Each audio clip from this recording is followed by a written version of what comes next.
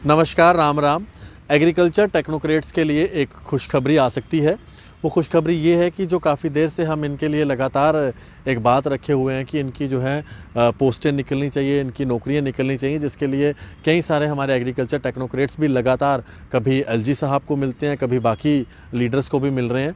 अब कुछ आशा की किरण नज़र आई है। क्या वो आशा की किरण है? हम बात करने के लिए आज आए हैं देवांश वर्मा जी के पास, जो कि प्रेसिडेंट हैं एग्रीकल्चर टेक्नोक्रेट एसोसिएशन के। इनसे हम बात करेंगे और इनसे जानेंगे कि इनका क्या कहना है और क्या वो आशा की किरण है जिसमें अब आने वाले दिनों में एग्रीकल्चर टेक्नोक्रेट्स के लिए खुशखबरी आ सकती है। देवांश जी, क्या अच्छी खबर हो सकती है और क्या अब जो बच्चों के लिए एक नौकरियों की आप लगातार एक जंग लड़ रहे थे, क्या उसमें अब कुछ आपको लग रहा है कि होप है? आशीष जी, पहले तो आपका बहुत बहुत धन्यवाद। जब ये हमने इशू स्टार्ट किया था, मुझे याद है 2017 में, तो पहली बार आपने कवरेज की थी। बीजेपी ऑफिस में थे, हम रविंदर रैना साहब से मिलने गए थे। और आज भी ये खुशखबरी जो है एग्रीकल्चर टेक्नोक्रेट्स के पास आप ही के थ्रू जाएगी, आप ही के चैनल के थ्रू। तो मैं आपको बड़ी बड़ी मुबारकबाद देता हूँ। मैं जम्मू कश्मीर के जितने भी एग्रीकल्चर ग्रेजुएट्स हैं और जो युवा हैं जो डिग्री कंप्लीट करके बैठे हैं, आज ये आश्वासन हमें मिला है गवर्नमेंट की तरफ से कि बहुत ही जल्द आने वाले 1 या 2 महीने के अंदर अंदर जो पब्लिक सर्विस कमीशन का 20% के हिसाब से फ़िलहाल जो हमारा कोटा है, उसके हिसाब से पहले जो पोस्ट हैं वो एडवर्टाइज़ की जाएंगी, जो कि गेजेटेड रैंक की होंगी। उसके अलावा जो नॉन गेजेटेड रैंक है उसके लिए जो प्रोसेस है वो ऑलमोस्ट एट दी वर्ज पे है, ख़त्म होने की कगार पे है। और जैसे ही वो ख़त्म होगा उसके बाद सभी की सभी जो नॉन गेजेटेड पोस्ट हैं टेक्निकल लेवल के लिए, वो भी एडवर्टाइज़ कर दी जाएंगी।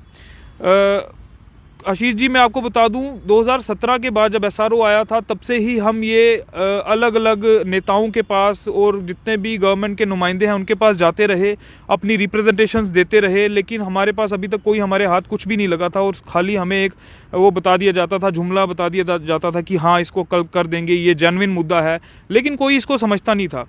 लेकिन आज बड़ी हमें खुशी है कि इतने जूते घिसाने के बाद और इतने जद्दोजहद के बाद आज हमें ये एक आशा की किरण जो हमारे मन में जगी है, और वो जगी है हमारी जो जम्मू की बेटी डॉक्टर अंजू बाला जी, जो कि आज एक्स मेंबर पार्लियामेंट भी रही हैं और जो वो मेंबर हैं इस टाइम पे national commission for schedule caste की। वो 2 दिन के दौरे पे आई थी जम्मू में, और उन्होंने मेडिकल का, एग्रीकल्चर डिपार्टमेंट का और भी आला डिपार्टमेंट्स का जायज़ा लिया। और हम सुबह ही उनसे मिले, हमने अपना मेमोरेंडम उनको सबमिट किया, जिस मेमोरेंडम में हमने उनको हर एक चीज़ जो है वो समझाई, और उन्होंने बड़े अच्छे तरीके से उसको समझा और ये बोला कि ये तो बहुत ज़्यादा जो है आप लोगों के साथ बेइंसाफ़ी हो रही है। इवन कि उन्होंने इतना तक कहा कि इसको तो पार्लियामेंट में उठाना चाहिए था, ये इशू आपके जम्मू के जो सांसद हैं जम्मू पुंछ के, उन्होंने क्यों नहीं इस इशू को वहाँ तक उठाया। तो मैंने उनसे यही कहा कि मैडम, हमें तो उनके गार्ड जो है वो घर के अंदर भी नहीं घुसने देते, वहीं से बाहर निकाल देते हैं। उनको लगता है कि ये इशू इतना बड़ा नहीं है।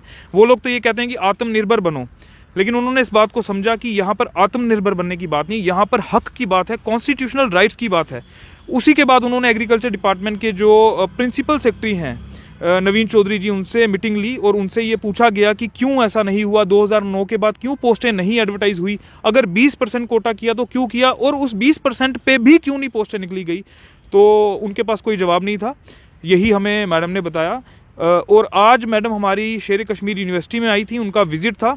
तो उस विजिट के दौरान जब वो स्टूडेंट्स से इंटरेक्ट कर रही थी, वहाँ पर उन्होंने ये खुशखबरी सारे बच्चों को दी कि बहुत जल्द, 1 या 1.5 महीने के अंदर अंदर जो 20% के हिसाब से पोस्टें एडवर्टाइज की जाएंगी, और उसके अलावा जो नॉन गेस्टेड पोस्टें हैं जिसके लिए हम फाइट कर रहे हैं, वो लार्ज स्केल पे आने वाले 2 महीनों के अंदर अंदर वो इशू जो है वो सॉल्व किया जाएगा।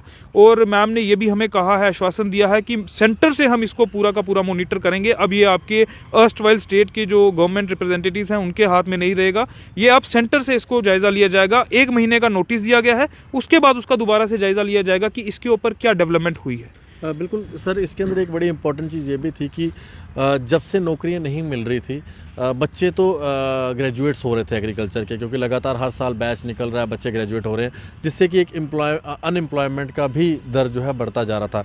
इस चीज़ से कितना एक फ़ायदा होगा जो एग्रीकल्चर ग्रेजुएट्स हैं, जो बच्चे नौकरी के लिए ये भी आस भी छोड़ बैठे थे कि उन्हें अब नौकरी मिलनी भी है या नहीं मिलनी। आशीष जी, मैं आपको बता दूं, कई ऐसे स्टूडेंट्स हमारे जो हैं जो कि अब ओवर एज होने वाले हैं, शायद वो जब फॉर्म निकलेगा तो एलिजिबल भी नहीं रहेंगे। और ये काफ़ी टाइम से, मतलब 2009 के बाद तो पब्लिक सर्विस कमीशन ने नहीं निकाला, उसके बाद डिफरेंट जो हैं हमारे ऊपर मतलब ऐसी बाधाएं आ गई जिस वजह से पोस्टें ही नहीं एडवर्टाइज हुई। बेसिकली डिपार्टमेंट के अंदर ऐसी मतलब प्रक्रियाएं चली हैं कि किसी को भी बाहर से एंट्री नहीं देनी और अंदर ही प्रमोशंस लेते जाइए, मतलब आप डिपार्टमेंट में ऊपर जाते जाइए, लेकिन बाहर से कोई ना आ पाए। इसकी वजह से एक बहुत ही ज़्यादा मतलब ब्लॉकेज हो गई थी। स्टूडेंट्स जो है पास आउट होते जा रहे थे, लेकिन आगे उनके लिए कोई रास्ता नहीं था। वहाँ से दोनों universities, farm universities SKUAST Kashmir और स्क्वाश जम्मू में जो है वो नंबर ऑफ सीट्स जो हैं एयर बाय एयर इंक्रीज हो रही थी। जब हमारा बैच आया था तो 25 सीटें होती थी, आज की डेट में वही 120 सीटें हैं। तो मतलब आप समझिए 2012 के बाद 2021 तक कम से कम 2 से 2.5 हज़ार बच्चा जो है ग्रेजुएट हो चुका था, लेकिन उनको एम्प्लॉयमेंट का कोई भी जरिया नहीं था। और ये भी कहना बड़ा गलत होगा कि 2 के 2.5 हज़ार बच्चे को हम बोलें कि आप आत्मनिर्भर बन जाओ। आशीष जी, मैं आपसे यही बात कहना चाहूँगा, एक बच्चा जो अभी ग्रेजुएशन करके बाहर निकलता है, हम उसको ये नहीं कह सकते कि आत्मनिर्भर बनो। हमारी जो माइंडसेट है हमारी सोसाइटी का, वो एकदम से एक्सेप्टेंस ही नहीं हो पाती। हम लोग इतने ब्रॉड माइंडसेट से नहीं आते कि आते ही हम कोई बिजनेस एस्टेब्लिश कर लेंगे, या फाइनेंशियली हम लोग इतने स्ट्रांग हो गए कि आके बहुत बड़े बड़े बिजनेस जो है एस्टेब्लिश कर देंगे। हाँ, इसमें से कुछ सेगमेंट अगर चाहती तो वो अपना कर सकती थी, कोई सिविल सर्विस में जा सकती है, लेकिन मेजॉरिटी जो हमारा राइट बनता है वो एग्रीकल्चर की पोस्ट के लिए ही बनता है, जो कि इतनी टाइम से ब्लॉकेज हुई थी और आज ये हमें उम्मीद मिली है। इसकी वजह से बहुत ज़्यादा एक रिलीफ मिलेगा एग्रीकल्चर ग्रेजुएट्स को। मैं आपके माध्यम से अपने सभी ग्रेजुएट्स भाइयों से, बहनों से ये रिक्वेस्ट करता हूँ और ये उनको एक एश्योरेंस देता हूँ कि अब आप थोड़ा सा अपने दिमाग में ये मान के चल सकते हैं, अपनी किताबें दोबारा से जिनके ऊपर धूल पड़ गई होगी आप उनको खोल के दोबारा से पढ़ सकते हैं और आपके दिल में, अपने मन में एक ये बात ले आइए कि हाँ, आने वाले 2 या 3 महीने के अंदर अंदर कुछ ऐसी डेवलपमेंट होगी, पोस्टें एडवर्टाइजमेंट होंगी, जिनकी वजह से हमारा जो फ्यूचर है वो अच्छा हो जाएगा, सिक्योर हो जाएगा और आपने जो पढ़ाई की है एग्रीकल्चर की, वो हम फार्मर लेवल पे जाके उसको डिसेमिनेट कर सकते हैं। तो आशीष जी का मैं बहुत बहुत धन्यवाद करता हूं सर, आपने समय समय पे हमारी मदद की है, आपने हमारे मुद्दे को हमेशा ऊपर उठा के लेके गए हैं। जब मुझे याद है कि जम्मू में 20 पोस्टें निकली थी और कश्मीर में 140 निकली थी, तब भी सबसे पहले मैं आप ही के पास आया था और आपने इस इशू को इतना ऊपर उठाया और भी हमारे मीडिया कर्मियों ने उठाया, जिसकी वजह से डॉक्टर जितेंद्र सिंह जी ने इसमें इंटरवीन किया और उन पोस्टों को क्वैश किया। लेकिन उसके बाद कोई डेवलपमेंट नहीं हो पाई, वो क्वैश तो हो गई लेकिन फर्दर डेवलपमेंट नहीं हुई। लेकिन ये मैडम जी ने जो हमें आश्वासन दिया है और बिल्कुल एश्योरिटी उन्होंने हमें दी है और उन्होंने सीधा कहा है कि 2 महीने के अंदर अंदर आपका जो ये 20% वाला कोटा है, सबसे पहले उसको जो है एडवर्टाइज किया जाएगा और 20% में भी कम से कम, आशीष जी मैं आपको बता दूं, 300 से 350 पोस्टें जो हैं वो होंगी पब्लिक सर्विस कमीशन की गेजेटेड। तो इससे भी क्या है, एक अनएम्प्लॉयमेंट रेट पे बहुत ज़्यादा एक इफेक्ट करेगा कि रेट कम आएगा। कहीं ना कहीं जो जम्मू कश्मीर का 21.6 पे चला गया है उसमें कहीं ना कहीं कमी आएगी, क्योंकि यही जो डिपार्टमेंट्स हैं इन्हीं में अनएम्प्लॉयमेंट, इन्हीं की वजह से अनएम्प्लॉयमेंट रेट ज़्यादा बढ़ रहा है, क्योंकि इनमें क्या है, ना प्रमोशंस होती हैं टाइमली, ना अपग्रेडेशन होती हैं, ना रिक्रूटमेंट होती है, जिसकी वजह से बर्डन आ जाता है सारा का सारा अनएम्प्लॉयमेंट रेट पे। तो इस वजह से क्या होगा, ये जो डिफरेंट डिपार्टमेंट्स हैं, चाहे हेल्थ सेक्टर हो गया, एग्रो फॉरेस्ट्री हो गया, फॉरेस्ट्री हो गया, उसके बाद सेरिकल्चर हो गया, फिशरीज हो गया, हॉर्टिकल्चर हो गया, वेटनरी हो गया, जब इन डिपार्टमेंट्स में पोस्टें, चाहे नंबर ऑफ पोस्ट जो है वो कम हो, चाहे 100, 200, 300 पोस्टें हर साल या 2 साल के बाद निकाली जाए, लेकिन एक बहुत बड़ा इससे इंपैक्ट पड़ेगा, एम्प्लॉयमेंट रेट जो है वो बढ़ेगा और अनएम्प्लॉयमेंट रेट जो है ऑटोमेटिकली कम हो जाएगा। बहुत बहुत शुक्रिया आपका बात करने के लिए, और ये एक अच्छी खबर है और मैं जितने भी एग्रीकल्चर ग्रेजुएट्स हैं उनको कहूँगा कि आप तैयारी कर लीजिए, जल्द से जल्द जो है पोस्टें आने वाली हैं और उसके लिए जितने भी लोगों ने अपना अपना योगदान दिया, मैं सबका धन्यवाद करता हूँ। धन्यवाद, राम राम।